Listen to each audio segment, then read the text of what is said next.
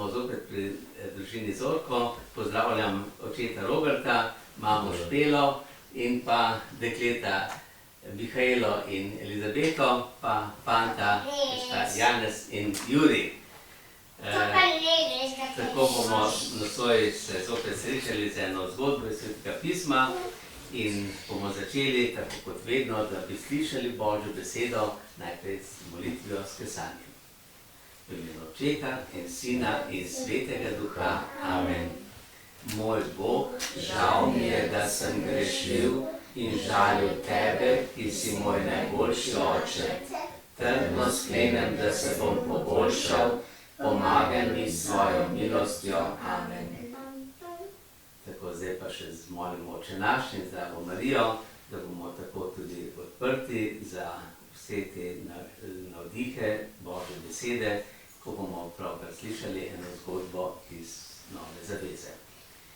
Oče naš, ki si v nebesih, posvečeno bodi Tvoje ime, pridi k nam Tvoje kraljestvo, zgodi se Tvoja volja, kako v nebesih, tako na zemlji.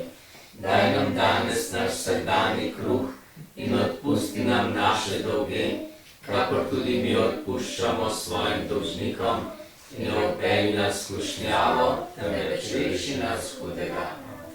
Zdrava Marija, milosti polna, Gospod je s teboj, blagoslovljena si med ženami in blagoslovljen je sad tvojega telesa, Jezus. Sveta Marija, Mati Božja, prosi za nas grešnike, zdaj in ob naši smrtni uri. Amen. Slava Očetu in Sinu in Svetemu Duhu, kakor je bilo v začetku, tako zdaj in vselej in vekoma. Amen. No, zdaj bomo pa prisluhnili o Janezu Krstniku, kako je Herod dal njega zapreti v ječo. Janez v ječi. Janez Krstnik je množicam preprostih ljudi, ki so se zbirale, da bi ga poslušale, govoril zelo odkrito. Bil je celo tako poguben, da je samemu kralju povedal, kaj misli o njem. Kralj Herod, ki je vladal v Galileji, je bil sin brezbožnega Heroda Velikega, ki je ob Jezusovem rojstvu zaukazal pomoriti otroke v Betlehemu. Janez je Herodu jasno povedal, da je grešil, ko je bratu prevzel ženo Herodijado in se sam poročil z njo. Janezove besede so ostro zadevale ob Herodovo vest.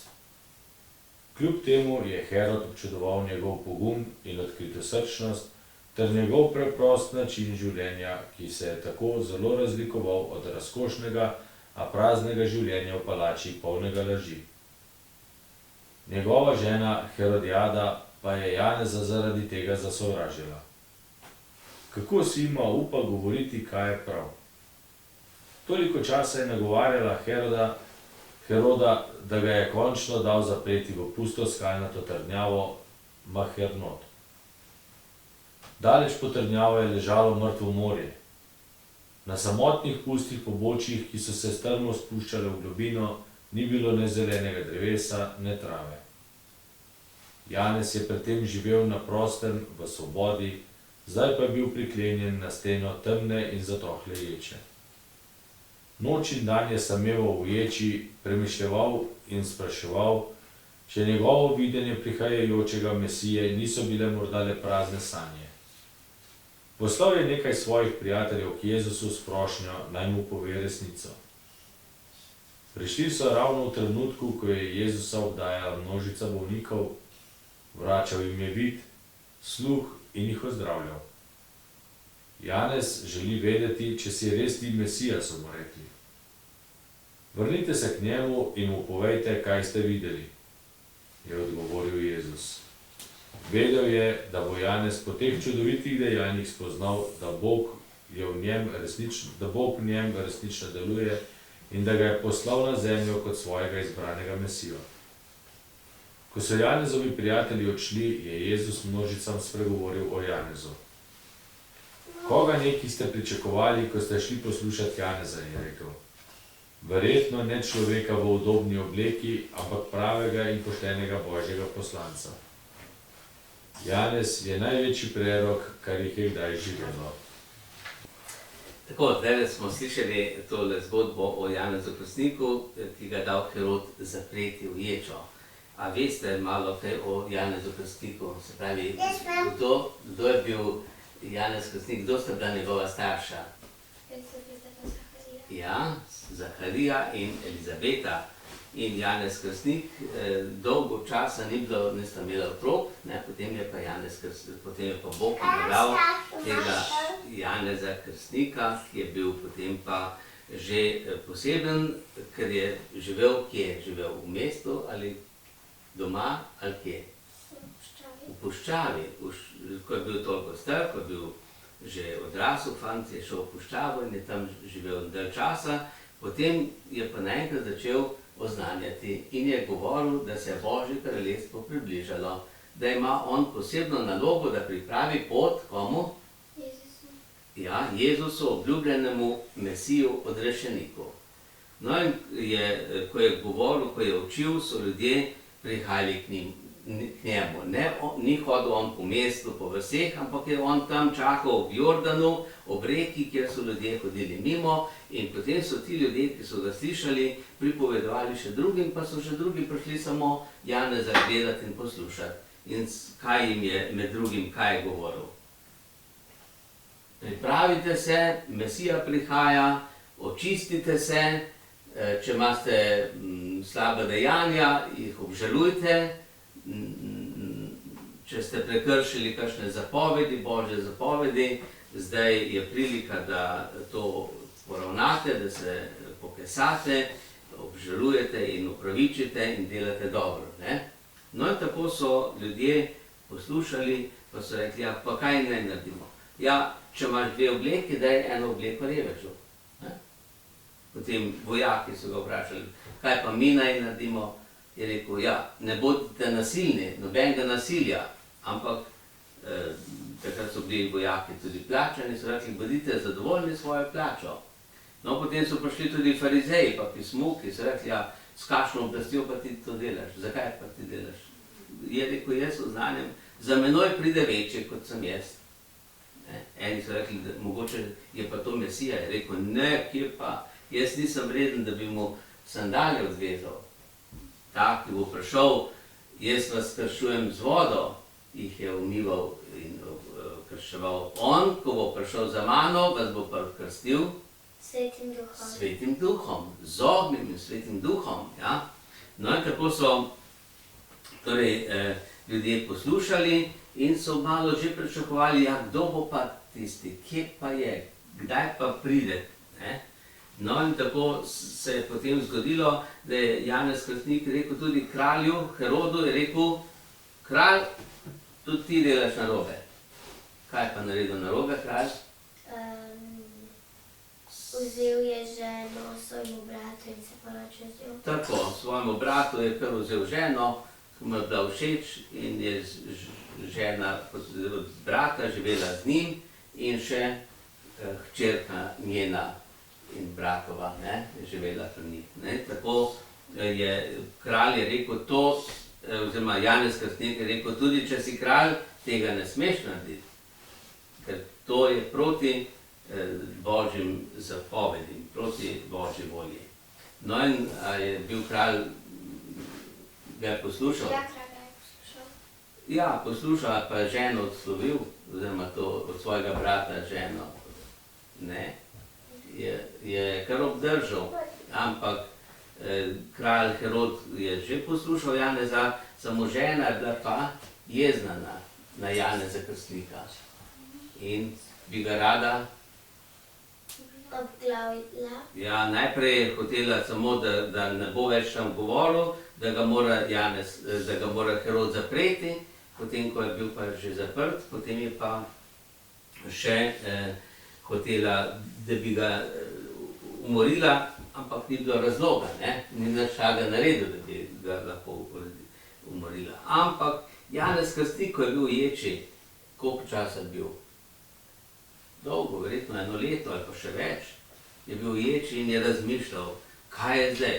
Jaz sem pripravljal pot, sem hotel delati dobro, zdaj sem pa v ječi. A je ta Jezus Mesija ali ni. A je ta tisti, ki bo rešil, odrešil, ki bo odprl zapore, pa bomo šli ven. In kaj je naredil Janez Krstnik? Prišlo je dva, ki sta ga poslušala in Jezus rečeta, da ga on sprašuje, če je res Božji sin. Tako. Torej, dva svoja učenca, ki sta prišla k Janezu na obisk, tudi v zapor lahko pridejo na obisk, ne? No in je rekel, pejta k Jezusu, poiščita Jezusa in ga vprašata, ali si ti Mesija res ali nisi. Ne? In a je Jezus, potem ko sta ga vprašala, povedal je ali ni? Je. Rekel je, da ne Janezu povesta, dokler sta videla, pa bo on presodil, če je res Božji sin ali ni. Tako. Niso važne toliko besede, ampak važna so dejanja. Je rekel, povejta, kaj sta videla in kaj sta videla. Da je Jezus ozdravil. Takrat je tam bilo veliko bolnikov, ki jih je Jezus ozdravil. Različne bolezni so imeli, tudi slepi so bili, obsedeni so bili s hudobnim duhom, hromi so bili in so bili vsi ozdravljeni. In je rekel, gledajte, dela lahko vam vse povejo, ne? In ni treba meni še zdaj razlagati, kdo sem. No in tako so lepo sta šla ta dva in sta povedala, kaj se dogaja. No in potem je bil Janez Krstnik kar pomirjen, rekel, no, če se to dogaja, to so preroki napovedali in potem je pa že ta verjetno obljubljeni Mesija. Zdaj, kaj bo naredil z Janezom Krstnikom, kaj se bo zgodilo tam, ni vedel Janez Krstnik, tudi ne, tudi če je bil prerok. To niso pomembne stvari. Za preroka je važno, da ve, aha, to je prav, to ni prav, to je dobro, to ni dobro. Ne? Tako je rekel Herodu, pa se ni nič bal. Zato prerok je pogumen in tudi jasno vidi, loči dobro pa slabo. In to moramo tudi kristjani se tega zavedati. Ne? In kdor je razsvetljen, takoj vidi in tisti lahko rečemo je prerok. Ne? Mi vsi smo bili krščeni tudi za preroško službo. Mi smo, torej, ali smo prejeli krst Janeza Krstnika ali krst Jezusa? Jezusov krst, ja. Mi smo krščeni v imenu Očeta in Sina in Svetega Duha in imamo trojno službo, duhovniško, preroško in kraljevsko. Mi vsi smo kot duhovniki, preroki in kralji. Kaj dela duhovnik? Mašuje. Mašuje, opravlja daritev in moli, ne? Molitev in daritev. Ja, kaj dela prerok? Prerok najprej posluša Boga in oznanja. Drugim ljudem govori, ne, kaj Bog nam poroča. Ne? Kaj pa kralj? Ja, je pa kralj. Je pa kralj, je pa voditelj. Ne? Pa, on pa zapoveduje, ne? Gospoduje, je gospodar, je odločen. Ne? In kralj vodi sebe, mora voditi najprej po pravi poti in še druge, ne? Druge ljudi. No in mi kristjani smo tudi, molimo, vsi kristjani. K maši tudi hodimo, vsi kristjani, ja? To se pravi, smo vsi deležni duhovniške službe. Preroki, a poslušamo Boga? Ja, Božjo besedo in Bog govori tudi preko dogodkov, preko ljudi, ne? A tudi oznanjamo? Ja, bolj ali manj, ne? Nekateri, ja, drugi pa manj, ne? Tudi starši ste preroki za svoje otroke, ko poveste, to je prav, to je dobro, to pa ni, to je pa slabo, ne? Pa tudi učitelji bi morali biti preroki, pa novinarji bi morali biti preroki, vsi, ne, ki povejo, kaj je prav, kaj je dobro, kaj je slabo, ne? Kaj pa kraljevska služba? Ste tudi kralji? A smo kralji? Ja, tudi kralji smo. Mi smo kralji in vodimo, vladamo sebi, nad seboj moramo biti gospodarji, ne? Nad svojimi mislimi, tudi željami, nagoni in tako naprej, ne? Moramo gospodovati nad sami seboj in tudi moramo voditi druge In Jezus je rekel, kdor je največji, naj bo vsem služabnik. Ne? Največji kralji, voditelji morajo biti služabniki. Potem so pravi kralji. Ne? Mi vsi smo takrat smo služabniki, torej kralji, ko služimo. Ne? Tako, no in vidimo, Jezus je zelo pohvalil potem, ko so ona dva sta odšla in na koncu je pa tistim, ki so ga poslušali, je rekel, Janez Krstnik, a je velik? Ja. Ja, Janez Krstnik je velik. Pravi, noben človek ni bil tako velik kot Janez Krstnik. Nobena mati, nobena žena ni rodila tako velikega človeka kot Janez Krstnik. Zakaj? Ker je bil tako pogumen, tako torej, vedel točno, kaj je prav, kaj ni prav. Jasno, ni se bal tudi kralja, ne, tudi kraljice, ne, tudi trpeti se ni bal za resnico, za pravico. In Jezus pa še nekaj pove. Tisti, ki je pa v Božjem kraljestvu najmanjši, je pa večji od Janeza Krstnika. To smo pa mi, vsi smo večji kot Janez Krstnik. Zakaj? Ker smo grešniki. Ker smo napolnjeni s Svetim Duhom, od krsta naprej in birme, in ko poslušamo Božjo besedo, in Jezus prebiva v nas, in mi smo slišali in videli to, kar je Jezus naredil in kaj Bog dela. In vidimo veliko več, še danes vidimo mi, kot so videli apostoli, ali pa kot je videl Janez Krstnik, kot so videli preroki v Stari zavezi. Tako, torej mi smo preroki, kaj še? Duhovniki in kralji. No in tega se moramo zavedati in na to moramo biti ponosni, ne? Da smo dobro. Zato bomo pa zdaj zapeli še eno pesmico. O moj Bog, dopusti mi, aleluja, da bom tvoj glasnik miru, aleluja. Tako kot Janez Krstnik, ne? O moj Bog, dopusti mi, aleluja, da bom tvoj glasnik miru, aleluja. Jer ljudje mrzijo se, aleluja, naj prinesem jim srce, aleluja. Tam, kjer dvomijo o vsem, aleluja, naj jim vire luč prižgem, aleluja.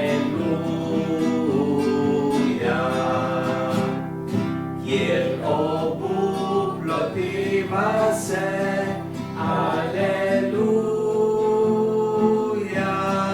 naj prinaša upanje, aleluja. Kjer ljudje so žalostni, aleluja, naj jim nosim radosti, aleluja.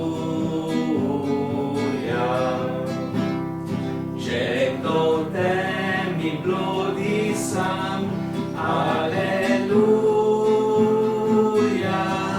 naj mu svojo roko dam, aleluja.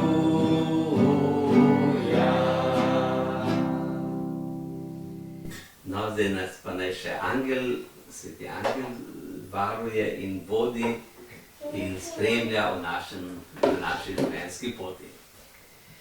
Sveti angel varuh moj, bodi vedno ti z menoj, stoj mi noč in dan na strani, vsega hudega me brani. Prav prisrčno prosim te, varuj me in vodi me, amen. Gospod z vami in s tvojim duhom. Blagoslov vsemogočnega Boga, Očeta, Sina in Svetega Duha naj pride nad vas in naj vedno med vami ostane. Amen.